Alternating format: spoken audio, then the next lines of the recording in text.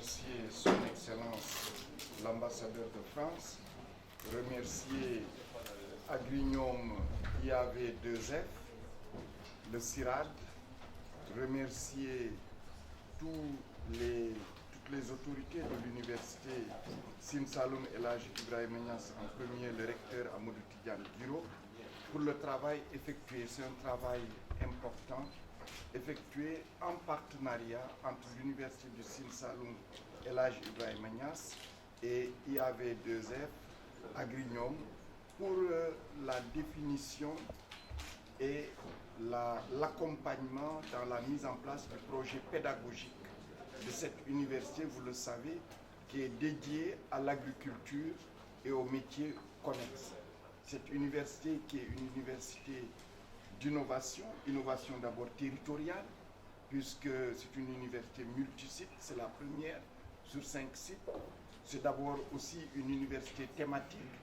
et le choix des filières qui doivent être des filières professionnalisantes. Ce consortium qui est le meilleur consortium français, qui est d'ailleurs le consortium qui regroupe toutes les structures d'excellence dans le domaine agricole, agroalimentaire, forestier, vétérinaire de France. C'est un choix stratégique du Sénégal qu'il puisse accompagner USSEN pour que USSEN puisse, dès le départ, partir sur des bases qui sont les normes internationales, sur des filières de qualité en adéquation avec les potentialités des régions et qui accueillent cette université, mais aussi les potentialités économiques de notre pays et aussi de l'Afrique, pour que les produits qui vont sortir de l'USSEN soient des étudiantes et des étudiants préparés pour entreprendre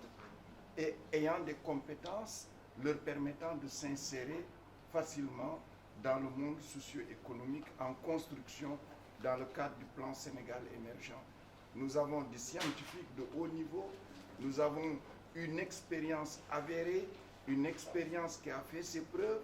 et c'est aussi un transfert de connaissances, de technologies, de savoir-faire, et je dirais même de savoir-être, qui est en train de s'opérer entre l'IAV2F,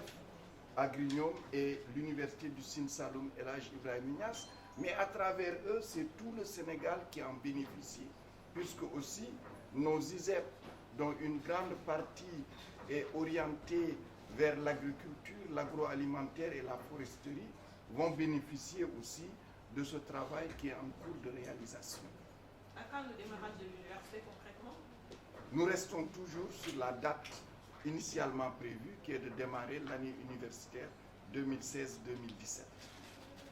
Que dites-vous par rapport à la sortie du 16 aujourd'hui? Ils se sont mobilisés avec les enseignants de l'enseignement élémentaire et le supérieur qui sont mobilisés aujourd'hui pour marcher. Quelle est la réponse du ministre de la Tutelle? Nous sommes en train de travailler dur pour que les enseignants aient un statut qui corresponde à ce qui est la mission de l'enseignant du supérieur, qui est l'enseignant-chercheur, qui est l'enseignant qui est au service de son université, au service de la société, qui est l'enseignant ouvert aux innovations, qui est l'enseignant qui est en relation avec le monde socio-économique, qui est l'enseignant qui accompagne les étudiants pour faciliter leur insertion dans le monde professionnel. Cette ouverture, elle est aussi une ouverture partagée, puisque hier j'étais à l'Assemblée nationale, à la commission éducation, formation, jeunesse, loisirs et sport, pour y présenter le projet de loi modifiant la loi 81-59 portant statut des enseignants du supérieur. Et demain, à 15 h, je serai en plénière à l'Assemblée nationale pour l'adoption de cette loi, plus connue sous le nom de réforme des titres. C'est une loi stratégique qui est chère aux enseignants, qui est chère au gouvernement et au président de la République, M. Macky Sall, et son adoption